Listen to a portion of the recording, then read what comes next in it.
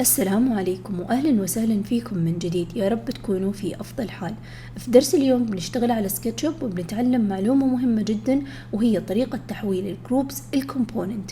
لو بتسأل إيش ممكن تستفيد من تحويل الجروب الكومبوننت، أو لو أصلا ما تعرف الفرق بينهم، ممكن ترجع للدرس الخامس من سلسلة تعلم سكتشوب على القناة. خلال هذا الدرس بتتعلم كل المعلومات المهمة المتعلقة بالجروبز والكومبوننت، الفرق بينهم، كيف تنشئهم وكيف تتخلص منهم، يعني تسوي اكسبلود او تفجير، وكيف تعرف لو اي موديل مثلا نزلته من الانترنت وتبغى تستخدمه هل هو جروب او كومبوننت، وكيف تدخل وتشتغل داخلهم وتطلع منهم، والاختصارات المهمة المتعلقة في كل منها.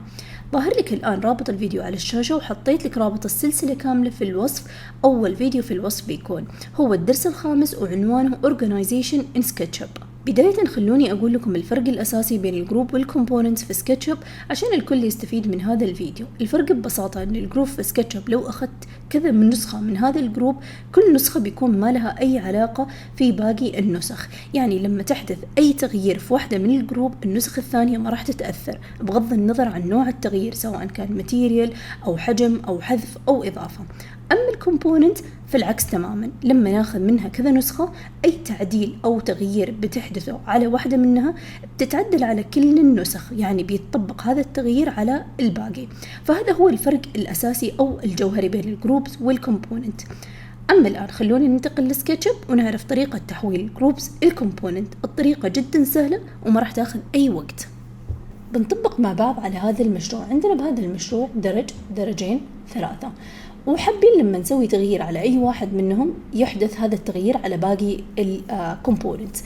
لكن هذا إذا كنا من البداية كسويناها ككومبوننت ما راح نواجه هذه المشكلة. لكن الآن بما أنها جروبز طبعا المشكلة لها حل، أننا نحولها لكومبوننت.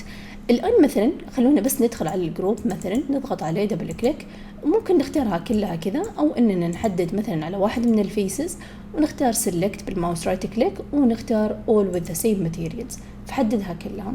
بعدين نروح لقائمة الماتيريالز ونختار مثلا أي لون ونلون. الآن لما نطلع من الجروب بنشوف إنه باقي الجروبز ما اتلونت، ما تغيرت لها الماتيريال، فبكذا بنضطر إن نحولها من كومبوننت من جروبز الكومبوننت عشان لما نسوي أي تغيير يطبق على الباقي. فاللي بنسويه جدا ببساطة إنه بنحدد على الجروب الأول، وبعدها بنختار في الماوس رايت كليك ونختار make component، نسميها مثلا 00. سميتها 00 بس عشان أبغاها تكون لي في التوب في الكومبوننت، ومثلا نسميها main stair، وبعدها نضغط على create. الآن الخطوة الثانية أنه بنمسك الكومبوننت الجروب الثاني ونحول الكومبوننت أيضا نفس الخطوة في الماوس رايت كليك ونختار make component، لكن هنا ما راح نهتم للتسمية لأنه هذه الكومبوننت بنحذفها ونختار create. والخطوة اللي بعدها نحدد على الثانية ونختار في الماوس رايت كليك make component، نسميها مثلا 2 ونضغط على create. الآن بنروح لقائمة الكومبوننت، بتكون عندنا هنا. طبعا لو ما عندك قائمة الكومبوننت أو الماتيريالز أو أي واحدة من القوائم اللي تحت الديفولت تري، بتروح الويندو وبعدها بتختار ديفولت تري وتحط عليهم صح من هنا القوائم اللي تبغى تظهر لك. الآن بتحدد على اللي هي الأولى بهذا الشكل، بعدها بتروح المين ستير وتضغط عليها وتختار replace selected، فصارت نفسها. بعدها الخطوة اللي بعدها بتروح للثانية، أو ممكن كنت تحددهم كل الاثنين بكنترول، وتروح المين ستير وتضغط عليها في الماوس رايت كليك وتختار replace selected.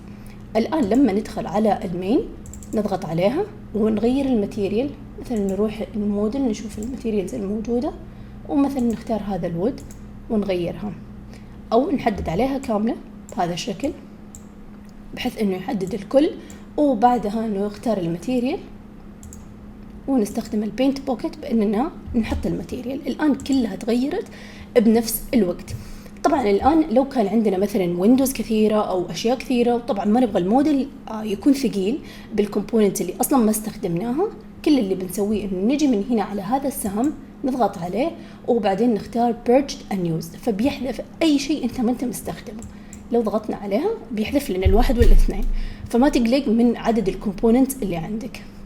فجدا بتفيدنا هذه الميزة لو عندك repetitive items وتبغى تغيرها، واخطأت مثلا وسويتها جروبس، او اصلا كنت تبغاها تكون منفردة يعني كل واحدة على حدة وتتحكم فيها، بعدها مثلا غيرت رأيك او الكلاينت غير رأيه وتبغاها تتغير بنفس الوقت وتتحكم فيها مع بعض، فهذا هو الحل المناسب لهذه المشكلة.